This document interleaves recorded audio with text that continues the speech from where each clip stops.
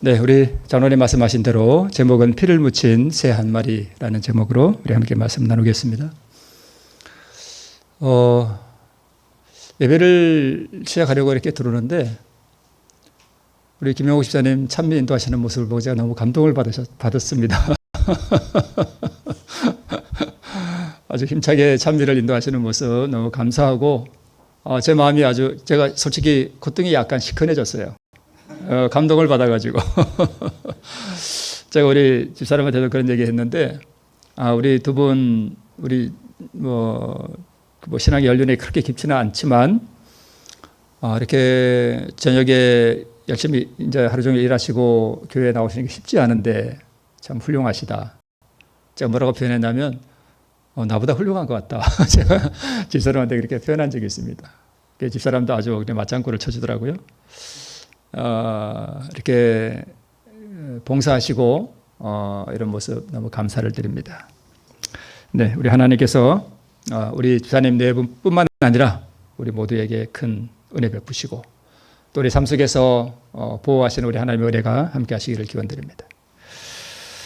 자, 우리 피를 묻힌 산 새 한 마리. 자, 우리 예수님이 이제 마지막 일주일의 생애를 이제 좀 살펴보면 마지막 일주일 일요일에는 무슨 일을 하셨냐면 나귀를 타고 예루살렘에 입성하시는 일이 이제 우리나라 지금 이제 요일로 이제 말씀을 드리는 거예요. 일요일은 이제 나귀를 타고 예루살렘 성에 입성하시는 일이 일요일 날 있었습니다. 그 다음에 월요일에는 무슨 일을 하셨냐면 두 번째 성전을 정결케 하시는 일을 월요일 날 행하셨어요. 그 다음에 화요일 날에는 성전 안에서 바리새인들과 또 담화를 하시고 또 논쟁하시는 그런 일이 있었고요. 수요일 날은 예수님께서 특별한 일을 하시지는 않으셨고요. 수요일 날은 무슨 일이 있었냐면 베다니에서 마리아가 향유를 예수님께 붓는 일이 수요일 날 있었습니다. 그리고 이 수요일 날 만약에 저녁이라 그러면 유대력으로는 목요일이 되겠죠. 근데 이제 우리 달력으로 우리 날짜로 보면 아마 수요일 저녁쯤에 유다가 제사장들에게 가서 내가 예수를 팔 테니 그러면서 돈을 받은 날이 수요일인 것 같습니다. 그 다음에 목요일에는 최후의 만찬이 있었습니다. 그날 저녁에 그리고 만찬이 끝난 다음에 겟세마네 동산으로 이제 가시죠. 거기서 이제 겟세마네 동산에서 기도하시고 그날 밤에 체포가 되시죠. 그래서 금요일에 이제 새벽부터 주님께서 재판을 받으시고 신문을 받으시고 금요일에 십자가에 못 박히십니다. 그리고 돌아가시죠. 그리고 안식일에는 무덤에서 쉬셨고 일요일에는 부활하셨고 이게 이제 우리 주님의 일주일간의 행적이세요. 자, 우리 요 앞에 금요일 날을 체포되신 다음에 금요일 날의 행적을 가만히 좀 살펴보면 아마 새벽 1시쯤 시간은 정확하지 않습니다. 이때쯤 처음 요한복음에 보면 제일 먼저 그의 대제사장이었던 안나스에게 끌려가셔서 신문을 받으신 것으로 그렇게 되어 있고요. 그 다음에 순서도 정확하지 않습니다. 그냥 참고만 하셔요.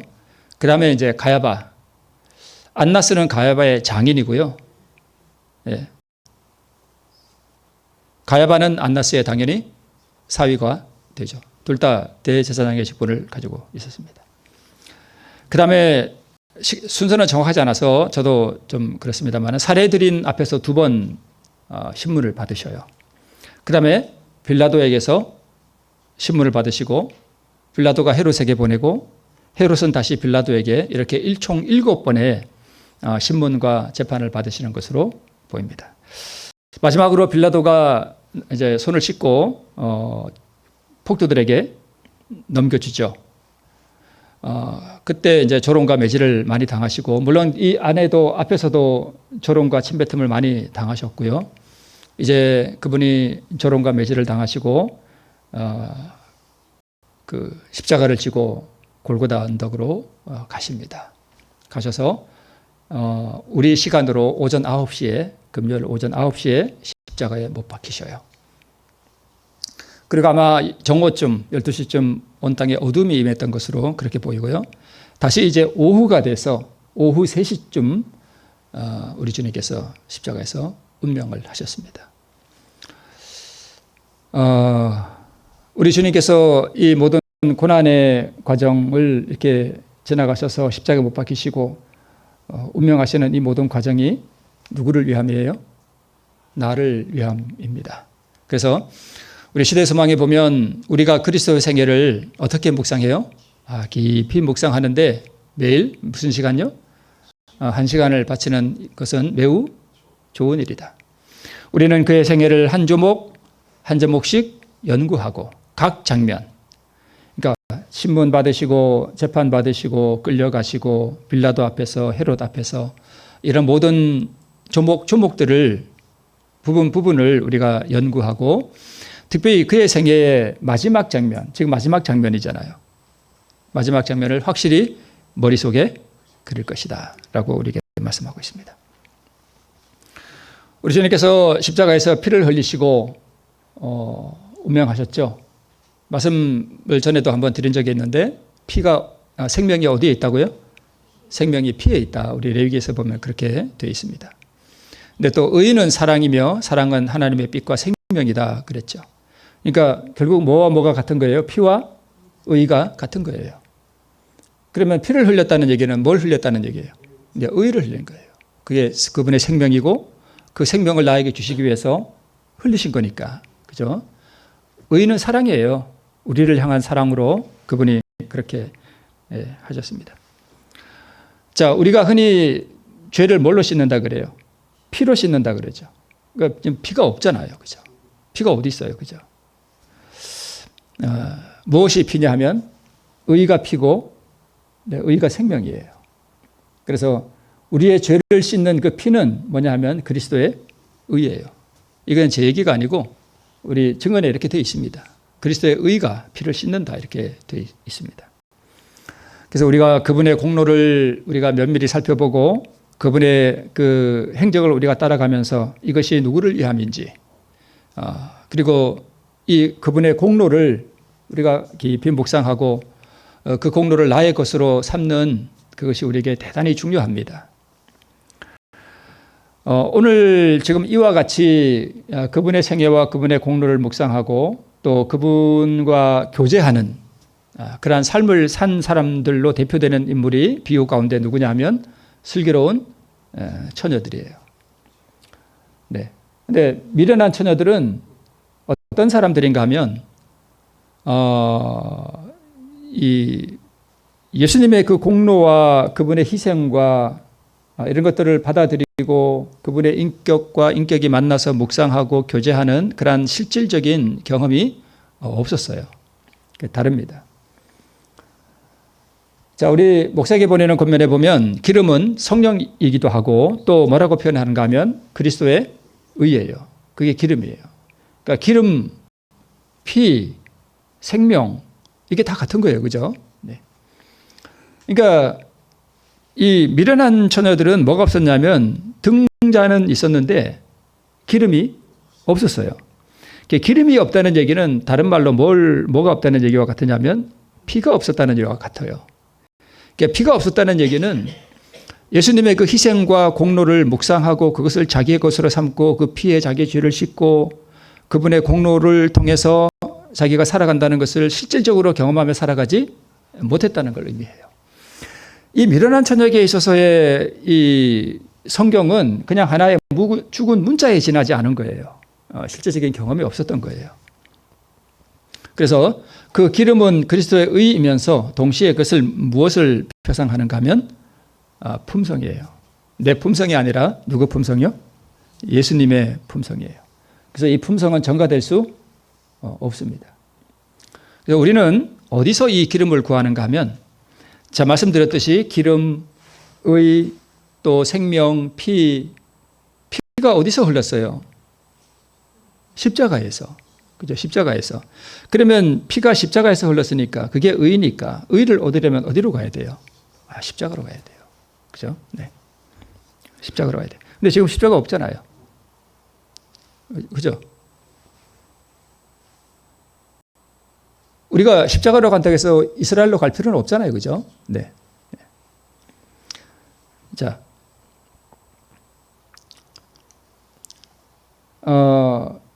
지금 그 감람산은 예루살렘 동쪽에 있고 골고다 언덕은 예루살렘 서쪽에 있었던 것으로 보여요. 거기서 우리 주님께서 이렇게 십자가에 못 박히신 장면이고요. 자, 여기 세 사람이 지금 이 십자가를 바라보고 있는데 지금 이 장면을 매일 경험한 사람들이 누구냐 하면 바로 슬기로운 5처녀예요. 이 처녀들은 매일 십자가 앞에 가서, 그러니까 무슨 장소적인 개념이라기보다는 그분의 희생을 묵상하고, 그죠? 그분의 공로를 묵상하고 그 십자가를 마음속에 그리고 우리 시대소망에 있는 말씀처럼 그분의 마지막 그 생애를 조목조목 따라가면서 연구하고 그것이 무엇을 의미하는지를 묵상하고 그렇게 했다는 거예요. 그렇게 하고 그 용서하시는 피를, 그 의를 자기의 것으로 받아들였다는 의미겠죠. 그래서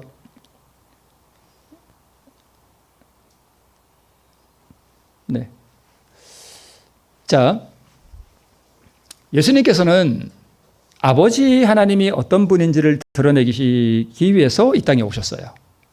그리고 성령은, 그러니까 예수님은 자기를 드러내는 게 아니라 아버지 하나님이 어떤 분인지를 드러내기 위해 오셨고, 성령은 왜 오시냐면 예수님을 드러내기 위해 오셔요. 그분의 희생과 그분의 공로와 이런 것들을 우리에게 드러내 보여주시기 위해서 오시고, 또 우리 각 사람에게 예수님의 그 희생과 그 공로를 우리에게 적용시키기 위해서 오시는 분이에요. 그래서 성령의 인도를 우리가 거절하지 않고 계속 따라가면 어디로 가게 되냐면 십자가로 가게 되어 있습니다. 그러니까 미련한 처녀가 성령을 표상하는 그 기름이 없었다는 얘기는 성령의 음성에 귀를 들을 만한 귀가 없었다는 얘기고, 그 음성에 굴복하지 않았다는 뜻이에요. 그러니까 당연히 십자가가 기름 파는 곳인데, 거기가 기름이 나오는 곳인데 거기를 가본 적이 없는 거예요. 당연히 기름이 없죠.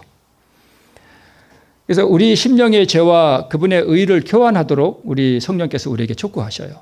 십자가로 가서 그분의 희생이 나를 위한 것임을 깨닫고 내가 내 죄를 그분께 드리고 그분의 의를 내가 받도록 성령께서 우리를 촉구하시는데, 은혜의 시기가 끝나면 이 문이 우리에게 닫히게 됩니다. 그래서 슬기로운 처녀들은 어디에서 그 기름을 얻는지를 알고, 또 어떻게 그것이 얻는지를 알고, 그 기름을 얻는 방법을 뭐한 사람들이에요? 실천한 사람들이에요.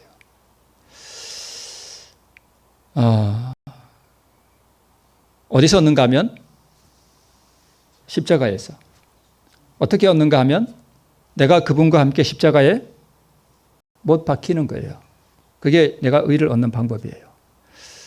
또 표현해서 그렇습니다마는 내가 그분과 함께 십자가에 못 박히는 경험이 뭐냐 하면 자아가 포기되는 거예요. 그죠? 자존심과 그런 것들이 포기될 때 그게 참 어렵거든요. 그렇게 될 때 우리가 그 의를 우리가 막 바꾸게 되는 것입니다. 그리고 내가 아는 것에 그치지 않고 그 기름을 얻기 위해서 그 방법을 뭐한 사람들이에요? 실천한 사람들을 대표합니다. 그게 슬기로운 처녀들이에요. 그래서 우리 십자가는 예수님께서 그분의 그 고귀한 의와 그 영원한 생명을 내놓으신 곳이고, 의와 생명은 십자가에서 받는 것이고, 진정한 믿음도 십자가에서 받는 거예요. 내 믿음 가지고 구원 얻는다기보다는 누구의 믿음이 필요하냐면 예수님의 믿음이 필요해요. 자, 네. 자, 갈라디아 2장 20절에 보면 내가 그리스도와 함께 십자가에 못 박혔나니, 그러니까 슬기로운 처녀들은 매일 여기에 갔던 거예요. 못 박혔나니 그런즉 이제는 내가 산 것이 아니오 할 때 이 내가가 뭐냐면 옛사람이에요. 그 자아 있잖아요. 마귀 본성. 그걸 가지고 산 거예요. 그 포기를 못한 거예요. 미련한 처녀들은. 그래서 내가 저걸로 사는 게 아니란 거예요. 옛사람으로 사는 것이 아니오 오직 내 안에 그리스도께서 사신 것이라. 이제 내가 육체 가운데 사는 것은 나를 사랑하사 나를 위하여 자기 몸을 버리신 하나님의 아들을 믿는 믿음 안에서 사는 것이라. 이렇게 되어 있는데요. 자, 하나님의 아들을 믿는 믿음 안에서 산다 그랬는데 하나님의 아들을 믿는 믿음이 뭔가? 제가 지금 여기 뭐 이상한 꼬불꼬불한 글씨가 나오죠. 이거 저도 잘 몰라요. 근데 이게 뭐냐 하면 그 갈라디아 2장 20절에 헬라어 원문이에요. 영어도 아니고요. 지금 그 그리스 사람들이 있잖아요. 그 그리스가 헬라잖아요. 그러니까 신약 성경은 지금의 그 그리스, 그 헬라 말로 쓰여졌거든요. 근데 이게 이제 성경 원어예요. 헬라 말로 된. 근데 저기 동그라미 친 거 있죠. 저 동그라미 친 게 저게 무슨 말이냐면 아들이라는 뜻이에요. 어느 분 헬라어로 아시는 분이 계신가? 아들이라는 말이 나오네요. 예, 저게 아들이라는 말이에요. 저게. 맨 꼬불꼬불 지렁이 같죠? 네. 저게 이제 아들이라는 말인데, 이제 아들이라는 말을 이제 이게 뭐냐면, 막 머리가 빙글빙글 돌죠. 이게 뭐냐면, 이제 맨 위에 있는 게 그 헬라어 원문이고요. 저 파란 동그라미 있죠? 저게 아들이라는 말이에요. 우리 여기서 본 거랑 비슷하죠? 요거랑 비슷해요. 저게 이제 아들이라는 말인데, 그리고 이제 그 밑에 빨간 글씨, 그 영어로 이렇게 뭐 NGMS 이렇게 써놓은 거 있잖아요. 그거는 뭐냐 하면, 저 아들이라는 단어에 그 문법을 표시해 놓은 거예요. 그러니까 이제 우리 문법에 보면 주어, 뭐 소유격, 목적어, 뭐 하여튼 뭐 그런 문법이라는 게 있잖아요. 이제 그거를 이제 표현해 놓은 건데, 저 NGMS를 저거거든요. 근데 제가 저게 뭐냐 하면 이거의 약자예요. 저거의 약자예요. 근데 저게 무슨 뜻이냐면, 저 용어 있잖아요. 저게 무슨 뜻이냐면 문법에서 소유격을 말해요. 소유격. 소유격이 뭐냐 하면 이것은 나의 것 할 때, 내가 소유하는 거잖아요. 소유격, 나의 할 때 그런 거. 나를 하는 거하고 다르잖아요. 나를 하는 건 목적격이라 그래요. 목적어라 그래요. 이거는 소유격이에요. 그러면 아들을 하면은 목적격이거든요. 그죠? 나를 하고 나의 하고 다르잖아요. 문법이 달라요. 근데 여기서 말하는 저 G는 소유격을 말해요. 그러니까 아들을 믿는 믿음이 아니에요. 아들의 믿음이에요. 그러니까 자, 아들을 믿는 믿음이라 그러면 그 믿음은 누구 믿음이에요? 내 믿음이에요. 그죠? 이거 전혀 달라요. 그렇죠? 아들을 믿는 믿음은 내가 가진 믿음이잖아요. 근데 아들의 믿음 그러면 그 믿음이 누구 거예요? 예수님 믿음이에요. 그러니까 솔직히 좀 말씀을 드리면 번역이 좀 잘못된 거예요. 아들의 믿음이에요. 그리고 하나님의 아들을 믿는 믿음 안에서 사는 것이라 그랬는데, 아들을 믿는 할 때 좀 믿는이라는 말이 원어에 없어요. 없어요. 그러니까 아들의 믿음 안에서 사는 것이라 이렇게 번역을 해야 정확해요. 자꾸 꼬불한 글씨가 많이 나오네요. 제가 여러분 뭐 꼬불한 글씨 넣고 헷갈리게 만들려고 그런 건 아니고요. 이게 제가 이유가 있습니다. 저기 빨간 글씨는 하나님의 뜻이고, 파란 글씨는 아들의 뜻이고, 녹색 동그라미는 믿음이라는 말이에요. 네. 그러니까 하나님의 아들의 믿음이에요. 네. 하나님의 아들의 믿음 안에서 산다, 그런 뜻입니다. 그러면 제가 왜 말씀을 드리냐면, 내 믿음이 아니고요. 누구 믿음이라고요? 바울이 자기가 하나님을 믿는 그 믿음 안에서 산다고 말한 게 아니라, 나를 너무나 사랑하셔서 그 고난의 짐을 지시고 그 골고다 언덕에서 수족이 찔려서 나를 위하여 자기 생명을 영원히 포기하신 그분의 믿음 안에서 산다는 뜻입니다. 내가 가진 믿음은 별거 없어요. 약해요. 예수님의 믿음 안에서 산다는 뜻이에요. 나를 너무나 사랑했기 때문에 나를 위하여 자기 생명을 영원히 포기해버리신, 그래서 나를 사랑하사 나를 위하여 자기 몸을 버리신, 이 버리신이라는 뜻이 정확한 표현이 뭐냐면, 뜻이 뭐냐면 넘겨주는 걸 말해요. 내가 가지고 있다가 우리 집사님에게 이렇게 넘겨주는 거예요. 그런 뜻이에요. 그러니까 나를 너무나 사랑하셔서 자기 그 영원한 생명을 나에게 뭐 해준 거예요? 넘겨준 거예요. 나한테 넘겨줬다는 거예요. 야, 내 생명이다. 너 가져라. 우리 각자에게 그렇게 넘겨주셔요. 네, 그런 뜻이 있습니다. 그래서 우리는 믿음으로 그분의 의를 얻지만 그분은 믿음으로 그 의를 만드셨어요. 그 영원한 사랑을, 의가 사랑이잖아요. 그래서 우리 주님은 자기를 부인하시고 자기의 자아를 포기하는 그 영원한 희생을 통해서 그 믿음의 행위를 통해서 그 믿음은 사랑으로 역사하는 믿음이거든요. 계시록에 금으로 표현되어 있잖아요. 라오디게 교회에 보내는 기별에. 그래서 그 사랑으로 역사하는 믿음으로 그분은 의를 만드셨어요. 그 견고한 믿음, 믿음의 창시자잖아요. 믿음은 예수님이 창시자이셔요. 그분이 창시자예요. 믿음의 주여, 제가 언제 한번 했죠? 믿음의 주여 또 온전케 하시느니 할 때, 믿음의 주 할 때 그 주는 창시자라는 말이에요. 처음 만드신 분이에요. 그러니까 의를 만드신 분은 예수님이세요. 그리고 그분이 만드신 그분의 의를 우리에게 나누어 주셔요. 그 믿음을 우리에게 나누어 주셔요. 그러니까 내 믿음이 아니라 그분의 믿음이에요. 네. 자, 그분의 믿음이 어떤 믿음이냐? 우리 시대소망에 있는 말씀을 한번 좀 읽어볼까요? 인성의 마지막 더할 나위 없는 희생으로부터 3번 움츠러드셨다. 그러나 이제 인류의 역사가 구주 앞에 펼쳐진다. 그분은 율법을 범한 자들을 그대로 버려두신다면 틀림없이 멸망당할 것을 보신다. 여러분, 십자가의 그 죽음이라는 게 예수님에게도 너무너무 두려운 거였어요. 그분이 뭐 이렇게 이제 예수님 3일 후에 봅시다. 그리고 그런 거 아니에요. 그 영원한 죽음을 당하신 거예요. 우리는 그 깊이와 그 두려움을 이해를 못해요. 이런 말을 하는 저 자신도 사실은 이게 입에 올릴 수 없는 사람이어서도 제가 어떻게 그분의 그 두려움이나 그분의 희생을 제 입으로 말을 하겠어요. 근데 저 같은 사람이도 해야지 어떻게 해요. 그죠? 네. 그분은 율법을 범한 자들을 그대로 버려두신다면 틀림없이 멸망당할 것을 보신다. 그분은 인류의 무력함을 보신다. 그분은 죄의 세력을 보신다. 운명 지어진 세계의 재난과 비탄이 그리스도 앞에 떠오른다. 그분이 겟세마네에서 기도하실 때 사단이 유혹하잖아요. 버려두고 돌아가라. 버려두고 돌아가라. 인생들을 봐라. 누가 구원 얻겠냐. 예수께서는 세계의 절박한 운명을 바라보시며 결심하신다. 그분은 자신에게 어떤 희생이 요구될지라도 인간을 구원하려고 하신다.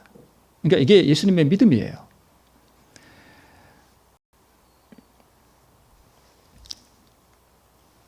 멸망하는 무수한 인간이 그분을 통하여 영생을 얻을 수 있도록 그분은 피의 침례를 받아들이신다. 그러니까 이 겟세마네 동산에서부터 그분은 이제 그야말로 어두움 가운데로 들어가시거든요. 그때 이분은 아마 그 영원한 죽음, 다시는 부활의 소망이 없는 그 죽음이 무엇인지를 아마 이렇게 경험하셨던 것 같아요. 그게 그분에게는 너무나 공포스러운 것이었거든요. 그럴지라도 우리를 구원하기 위하여 그분은 이 피의 침례를 받아들이신다는 것입니다. 그러니까 막상 어둠에 들어갔을 때는 그분의 눈에 부활이 보이지 않았어요. 근데 그분이 아버지를 온전히 신뢰하는 그 믿음으로 자기를 온전히 희생시킨 거예요. 이제 그 믿음이에요. 그러니까 그 믿음 안에 우리를 향한 그분의 사랑과 영원한 희생이 다 포함이 되어 있는 것입니다. 사도 바울이 그 믿음 안에서 산다는 그런 뜻이었습니다. 자기 믿음이 아니었어요. 그분은 순결과 행복과 영광의 하늘 조정을 버리시고 잃어버린 한 마리 양, 즉 죄로 말미암아 타락한 한 세계를 구원하려고 오셨다. 그분은 자기의 사명에서 돌아서지 않으실 것이다. 그분은 스스로 범죄한 인류의 화목 제물이 되실 것이다. 그분의 기도는 이제 복종하시겠다는 말씀뿐이다. 만일 내가 마시지 않고는 이 잔이 내게서 지나갈 수 없거든 아버지의 원대로 되기를 원하나이다. 이것이 바울이 살아간 믿음입니다. 바울이 이걸 깊이 깨달았던 거예요. 그래서 하나님의 아들을 믿는 내 믿음 안에서 사는 것이 아니라 이 무서운 어두움 가운데서 아버지의 약속을 바라보고 아버지의 말씀을 신뢰하고 나를 사랑하사 나를 구원하기 위하여 무한한 희생으로 자기 몸을 내어주는 그분의 믿음을 바라보고 그것을 묵상하고 그것을 말하고 그 믿음 안에서 산다고 고백한 것입니다. 그래서 사도 바울도 나는 날마다 죽노라 그러면서 자기를 부인하고 자기 십자가를 지고 주님을 따라간 것이죠. 그 믿음을 말하는 것입니다. 네. 내가 예수를 믿는 믿음도 있지만 예수께서 가지셨던 그 믿음 안에서 내가 산다는 것입니다. 믿음은 어디서 나와요? 말씀에서 나와요. 말씀에 나타난 그분의 희생과 공로를 내가 받아들이고 생애를 묵상하고 그분의 그 거룩한 인격, 그 순결한 인격, 그 온유한 인격을 내가 날마다 바라보고 묵상하고 교제하는 그 일들을 통해서 내가 그분의 믿음을 얻는 거예요. 네. 자, 그리고 그분의 인격과 품성을 알고자 노력함으로 믿음과 의를 더욱 얻습니다. 우리는 이 믿음으로 환난의 때를 이길 수가 있습니다. 네. 사람이 구속주의 역사와 친숙하게 될 때 자기 속에 심각한 결점이 있음을 발견하게 된다. 그러니까 사람이 예수님을 자꾸 바라보고 그분을 더욱 깨달아가면 입술이 닫아져요. 왜냐하면 자기가 너무 더럽고 무가치하다는 걸 알기 때문에 다른 사람의 허물과 결점이 안 보여요. 그죠? 네. 자기 속에 심각한 결점이 있음을 발견하게 되고 내가 예수님과 너무 닮지 않았구나. 내가 정말 너무 심각하구나 하는 것을 알게 됩니다. 내가 뭔가 근본적인 변화가 필요하구나 하는 것을 깨닫게 돼요. 그래서 내가 예수님을 닮아야 되겠구나. 어떻게 할 것이냐 하는 그런 고민이 마음속에서 생기죠. 그리고 그러면 내가 어떻게 예수님을 닮아갈까 하고 예수님의 정신과 그 모습을 자꾸 바라보는 거예요. 그죠? 바라봄으로 변화된다. 이게 그런 뜻이거든요. 누가 이렇게 했냐면 제자 요한이 이렇게 했습니다. 날마다 예수님을 바라보고 그분의 살아가시는 모습을 바라보고 보니까 자기와는 너무 다르거든요. 어떻게 우리 예수님을 닮아갈까? 그것이 그의 연구 과제였어요. 그래서 날마다 그분을 바라보고 그분의 행적을 쫓아가고 그분을 닮기 위해서 노력하고 그게 제자 요한의 생애였습니다. 그러니까 우리도 그렇게 된다는 거예요. 우리가 예수의 생애를 모방하는 것은 멀찍이 떨어져서 그분을 바라보며 되는 것이 아니고 그분에 관해서 뭐 하고요?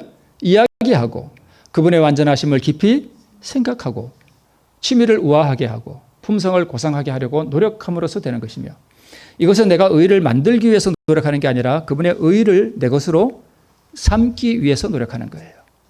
자꾸 시도해 봄으로써 믿음과 사랑으로 열렬하고 참을성 있는 노력으로 완전하신 모본에 접근하려는 시도를 거듭함으로써 되는 것이다. 네. 그러니까 예수님을 닮아가는 이것이 그냥 적당히 해서 되는 게 아니고요. 그분에 가서 계속 묵상하고 이야기하고 그러니까 예수님에게로 몰입하는 거죠. 그렇게 함으로 된다고 우리에게 말씀하고 있습니다. 그래서 그리스도를 아는 지식, 그분의 말씀과 그분의 습관과 그가 가르치신 교훈들을 우리가 받아들이고 가지고 읽고 연구하고 이렇게 함으로 우리가 연구해온 그분의 품성을 우리가 덕을 빌려받고 또 우리가 그토록 찬양해온 정신이 우리 마음속에 스며들게 될 때 우리 예수님이 어떤 분이 되냐면 사랑스러운 분이 된다는 것입니다. 네. 이 경험 가운데 살아갈 때 우리가 그런 찬미를 부를 수 있어요. 내 구주 예수를 더욱 사랑. 내 평생의 소원은 내 목숨이 다하는 그날까지 내가 예수님을 더욱 사랑하고 내일은 내가 더 사랑하고 그 다음 날은 내가 다음 날보다 더 그분을 사랑하는 것이 내 마음의 평생의 소원이 되는 것이 무엇인지를 아는 사람들이 슬기로운 처녀들이에요. 그 경험을 하고 살아갔다는 거예요. 그러니까 미련한 처녀들은 그 경험을 모르고 아무 감각 없이 그냥 살아간 거예요. 그래서 슬기로운 다섯 처녀가 매일 예수님을 저렇게 묵상하고 이야기하고 그분을 닮아가려고 노력하고 그 등잔에 매일 기름을 채우는 그런 일들을 통해서 살아갔다는 것입니다. 자, 그러면 예수 믿음을 우리가 어떻게 받느냐? 우리가 그렇게 함으로 우리가 그 예수님의 믿음을 받고 그분의 사랑을 알고 그분의 인격을 알고 그분의 공로를 알 때 우리가 이 믿어지는 믿음, 경험되어지는 믿음 가운데서 사도 바울처럼 살아갈 수 있다는 것을 말하고 있는데요. 지금 이 그림은 뭐냐 하면 지금 위에 분은 엘리야 선지자고요. 밑에 있는 이 아이는 그 사렙다 과부의 그 죽은 아들, 그렇죠? 네, 아들이에요. 죽었다는 얘기를 듣고 엘리야가 살리죠. 그래서 이 살린 아들을 이제 그 다락에서 내려와서 이 주모에게 줬을 때 이 주모가 한 말이 뭐냐면 내가 이제야 당신은 하나님의 사람이요 당신의 입에 있는 여호와의 말씀이 진실한 줄 아노라. 이게 믿음이에요. 네, 이게 믿음이에요. 그러니까 이 믿음은 사도 바울처럼 이렇게 예수님의 인격과 교제할 때 예수님과 함께 예수님에 대해서 이야기하고 그분을 묵상하고 그분을 교제하고 성령을 구하고 그래서 그분의 희생과 공로가 무엇인지를 내 가슴속에 깊이 느끼고 그것이 내 것이 될 때 그래서 내가 그분의 의가 무엇인지를 내가 깊이 경험하게 될 때 그때 내가 내 입술에서 발해지는 이 고백이 뭐냐 하면 내가 하나님의 의가 무엇인지 내가 이제 우리가 사실 안다고 하기는 참 그렇잖아요. 그죠? 조금밖에 모르는 거지. 그럴 때 우리 마음속에 뭐가 생기냐면 믿음이 생겨요. 주님이 그런 분이구나. 그러니까 경험적 지식을 말하는 거예요. 그러니까 슬기로운 처녀가 이렇게 살아간 것이죠. 내가 이제야 아노라 할 때죠. 아노라가 그 히브리 말이거든요. 저거는 아까는 헬라어였고 저건 히브리 말로 야다라는 것인데 저 경험적 지식을 말해요. 아담이 그 아내와 동침하며 할 때 그 동침이 야다예요. 안다는 뜻이에요. 그러니까 우리가 믿음이 언제 생기냐? 우리가 주님을 뭐 할 때? 알 때. 사도 바울이 주님을 알잖아요. 그죠? 그러니까 예수님의 그 믿음 안에서 내가 산다라고 고백할 수 있었던 거예요. 네. 경험되어지는 믿음을 말하는 것이죠. 이건 나만도 마찬가지예요. 구원받고 난 다음에 내가 이제 온 천하에 신이 없는 줄을 이스라엘 외에는 내가 뭐 한다? 안다. 같은 거예요. 사도 바울이 경험했던 그런 믿음이죠. 그래서 슬기로운 처녀들은 나를 사랑하사 자기 몸을 희생시키신 그분의 사랑과 그분의 믿음 안에서 성령과의 교제를 통해서 그분을 점점 닮아가는 것이 무엇인지 실제적으로 경험하며 살아갔다는 것입니다. 자, 오늘 이제 본문의 말씀인 이 문둥이의 정결 예식을 보면 문둥이가 이제 걸렸다가 문둥병에서 나으면 근데 이게 이제 진짜 문둥병인지 아니면 그냥 피부병인지는 정확하지 않아요. 네. 그런 이제 어떤 피부병 같은 데서 걸렸다가 나으면 정결 예식을 하게 되는데 먼저 뭘 준비하냐면 산새 2마리. 이 산새는 저기 높은 산 그게 아니고 살아있는 그런 뜻이에요. 살아있는 산새 2마리, 살아있는 새 2마리, 그 다음에 또 백향목. 백향목이 우리는 뭔지 잘 모르겠어요. 그죠? 네. 100가지 향이 나나 봐요. 그 소나무 같은 것도 이러면 냄새가 참 좋죠. 저는 나무 냄새가 너무 좋아요. 아마 그런 나무였던 것 같습니다. 또 홍색 실을 준비하고 그 다음에 우슬초. 정결 예식에 우슬초를 썼던 것 같아요. 이 4가지를 이제 준비합니다. 그리고 산새를 흐르는 물 위에서 또 뭘 준비하냐면 질그릇을 준비해요. 질그릇 아시죠? 흙으로 만들어진 그 그릇. 아마 예수님의 그 인성을 말씀하시는 것 같아요. 인성. 그리고 이 산새 2마리 중에 1마리를 흐르는 물 위에서 그리고 질그릇 위에서 새를 목을 비틀어요. 그럼 뭐가 흘러요? 피가 흐르겠죠. 그리스도가 나중에 나와야 되는데 먼저 나와서 있었네. 그러면 죽은 새는 뭘 상징하냐면 우리 그리스도 예수님을 상징하세요. 그분의 인성 안에서 우리를 위하여 죽임을 당하신 피를 흘리신 그분의 인성을 말합니다. 그 다음에 새가 1마리 남았잖아요.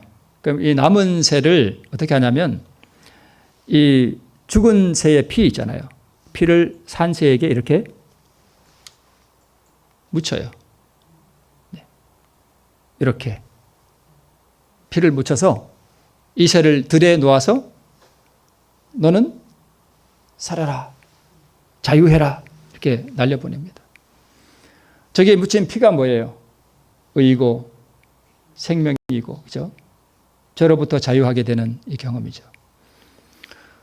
그래서 구원받은 사람들의 경험이에요. 뭘 묻혀야 돼요?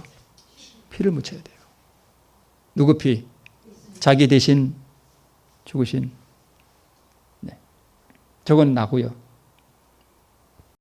그래서 이제 이 피를 묻힌 새가 참 우리도 저런 데 한번 날아보고 싶죠. 자유롭게 홀 날아와 보고 싶어. 죽임을 당한 그 피에 적셔져서 자유를 얻어 행복한 삶을 누리게 되는 산새의 이 놀라운 상징은 우리의 속죄의 표상이다. 이 의식 속에는 숨겨진 보물과 같은 진리를 탐구하는 자에게 사망과 생명이 지시되고 우리 구속자의 용서하시는 피와 또 부활과 생명이 한데 어우러져 있다. 저기 어우러져 있다. 그 새는 흐르는 물 위에서 죽임을 당하였다. 그 흐르는 물은 창세로부터 죽임을 당한 어린 양이신 그리스도의 흘러넘치는 피에 정결케 하시는 효능, 곧 유다와 예루살렘을 위하여 열리는 죄와 더러움을 씻는 셈의 상징이다. 가끔 이렇게 우리가 찬미를 부르잖아요.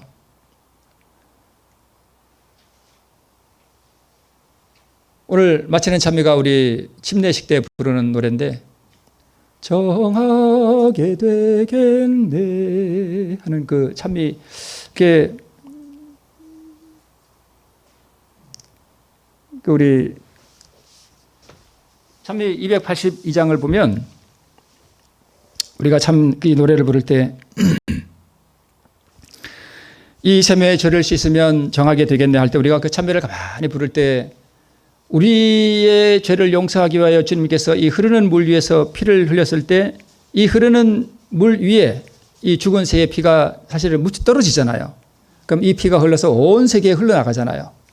이 넘치는 주님의 용서하시는 은혜의 피를 씻는 죄의 셈이 끊임없이 이 세상에 흘러내리는 것을 우리가 묵상할 때 참 마음이 참 뭉클해지잖아요. 그죠?